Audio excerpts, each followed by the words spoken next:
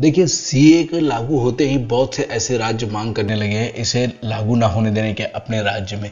तो ऐसे में हम ये देखेंगे कि क्या ऐसा कोई कानून है, क्या ऐसा कोई लॉ है जो कि संसद द्वारा बनाए गए कानून को कोई राज्य ऐसे ही लागू नहीं होने दे सकता है। तो इसको लेकर हमारा जो संविधान है वो हमें क्या बताता है और इसके लेके क्या प्रावधान किए गए हैं। तो आज की इस सब वीडियो में हम यही समझेंगे, क्योंकि दोस्तों अभी हाल फिलहाल में जैसे ही हमने देखा कि सीए को लेकर लागू कर दिया गया है और इसको लेके बहुत से ऐसे राज्य थे जो विरोध भी जता रहे थे। तो इन्हीं सब चीज़ों को आज हम इस वीडियो में समझेंगे। तो आप जल्दी से चैनल को सब्सक्राइब कर लीजिए।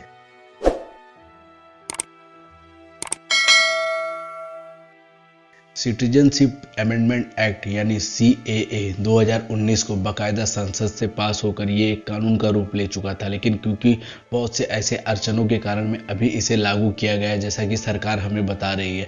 तो इसमें दोस्तों कुछ ऐसे प्रावधान किए गए थे, जैसे कि अगर आपको नहीं पता हो तो मैं आपको बता दूं कि इसमें जो कि अफगानिस्तान, पाकिस्तान, बांग्लादेश से आए शरणार्थी जो कि वहाँ मतलब अल्पसंख्यक के रूप में रह रहे हैं, वहाँ माइनॉरिटी स्टेटस रखते हैं, जैसे कि हिंदू, बौद्ध, सिख, इसके अलावा पारसी, क्रिश्चियन, इस तरह के जो भी धर्म के लोग हैं जो वहाँ के माइनॉरिटी स्टेटस रखते हैं, वहाँ किसी कारण से उन्हें प्रताड़ित होना पड़ रहा हो या कोई भी ऐसे धार्मिक कारण हो सकता है या सोशल कारण कुछ भी हो सकता है जिस कारण से उन्हें प्रताड़ना झेलनी पड़ रही हो इन देश में, और जिस वजह से ये भारत में आके शरणार्थी के तौर पर रह रहे हों, तो इन सब को लेकर ये कानून बनाया गया था कि कैसे इन्हें एक मतलब भारत के नागरिकता के तौर पे इन्हें रखा जाएगा और इन्हें भारत की नागरिकता दी जाएगी। तो इसी को लेकर सीएए लाया गया था। इसमें दोस्तों जो प्रावधान था वो कि 2014 से पहले, जो कि 31 दिसंबर 2014 से पहले जो भी भारत में आ चुके हैं उनको लेकर जो भी शरणार्थी है वो अपने कोई भी एक वैलिड डॉक्यूमेंट्स को दिखाकर अपने एक मतलब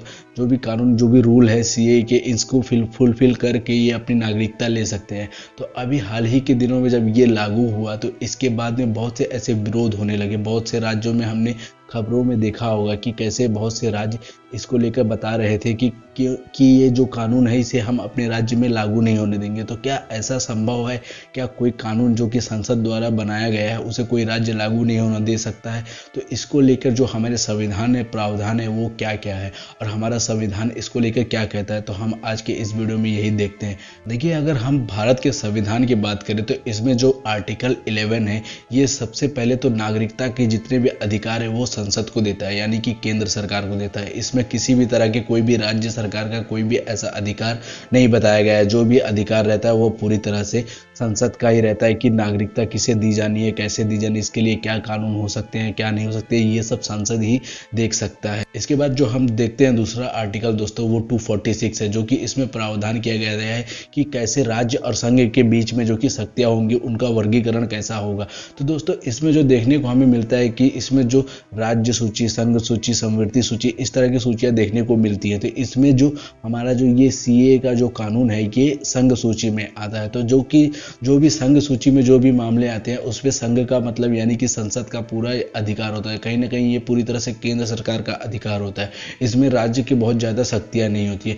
तो ऐसे में ये जो सीए है ये भी संघ सूची का ही हिस्सा है, तो जिस कारण से इसमें विशेष करके किसी राज्य का ऐसा भी कोई भी योगदान नहीं हो सकता है जिसके कारण इस पर किसी भी कारण से लागू होने या ना होने की कोई बात आती हो।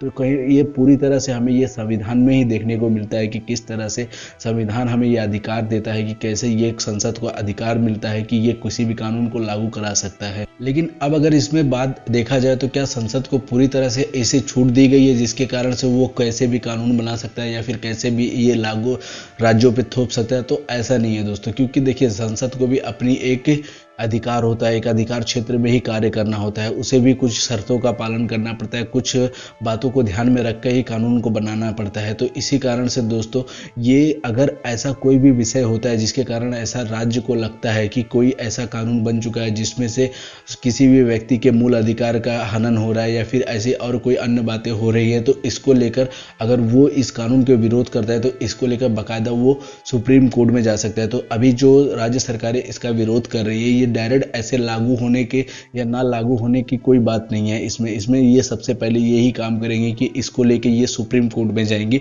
और सुप्रीम कोर्ट में जो भी इस कानून के उनके मतलब तर्क है, जो इसके विपक्ष में तर्क है, जो इसके नेगेटिव तर्क है, जो इससे होने वाले जो उनके प्रॉब्लम्स है वो सुप्रीम कोर्ट के सामने रखेंगी।